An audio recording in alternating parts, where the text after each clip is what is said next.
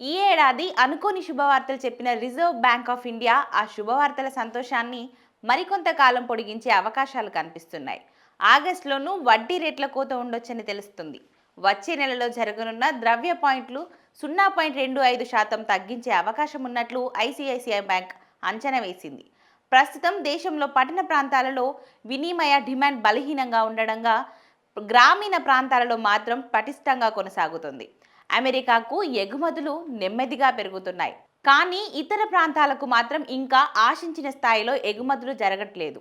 ఈ పరిణామాలతో పాటు ప్రస్తుత ద్రవ్యోల్బణ పరిస్థితిని కూడా పరిగణలోకి తీసుకుంటే రేట్ల కోతకు ఆగస్ట్ సరైన సమయమని ఆర్బీఐ భావించే అవకాశం ఉందని ఐసీసీఐ తమ నివేదికలో పేర్కొంది. వచ్చే నెలలో జరిగే ఎంపీసీ సమావేశంలో రెపో రేట్ను మరో 25 బేసిస్ పాయింట్ల మేర తగ్గించి 5.25% తీసుకొచ్చే అవకాశం ఉన్నట్లు వెల్లడించింది.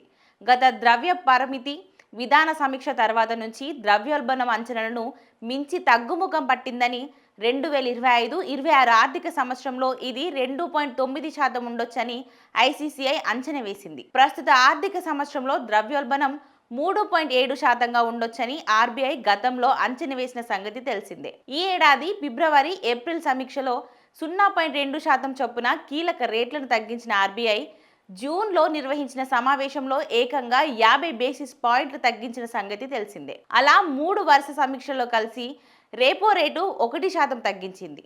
ఈ రేటు ఆధారంగా బ్యాంకులు గృహ, వాహన, ఇతర రుణాలపై వడ్డీ రేట్లు సవరిస్తాయి.